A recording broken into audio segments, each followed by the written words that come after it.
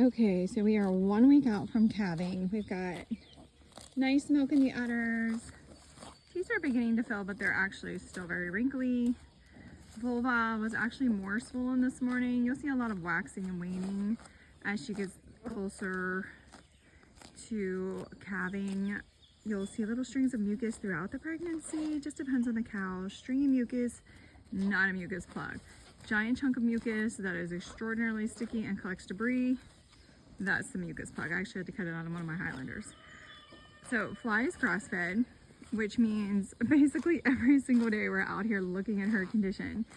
And personally, I think she's a little under-conditioned now to go through calving, so I've increased her feed. Gonna be honest, I don't fully understand the whole premise of milk fever because what I've learned just doesn't entirely sit comfortable with me because it seems to all be reliant on extreme post-calving supplementing. So I just really want to make sure I understand it better and the best way to support my cow without being fully dependent on post-calving supplementation. So one of my goals this week. But looking at her, I have increased her feed. She's getting more alfalfa. Went ahead and threw in some sunflower seeds.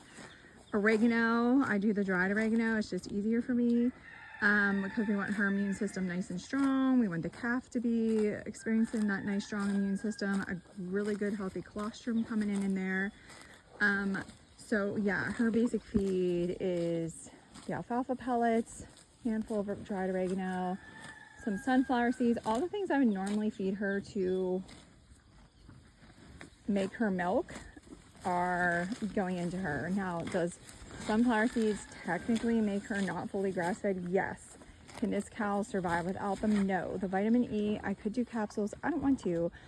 It really helps with her conditioning. It's just like literally a half scoop, and it keeps the taste of her milk incredibly even, consistent, nice long shelf life. So that's why I add in the black oil sunflower seeds.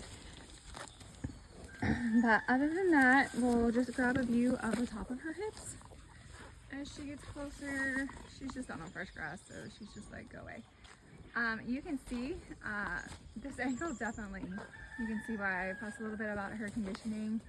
Looking at these, let's see, she's just walking away and the flies are driving her nuts. The pins are nearly gone. You could definitely set a can of pop in there if you wanted to, but honestly, I think we'll actually see these maybe recess a bit.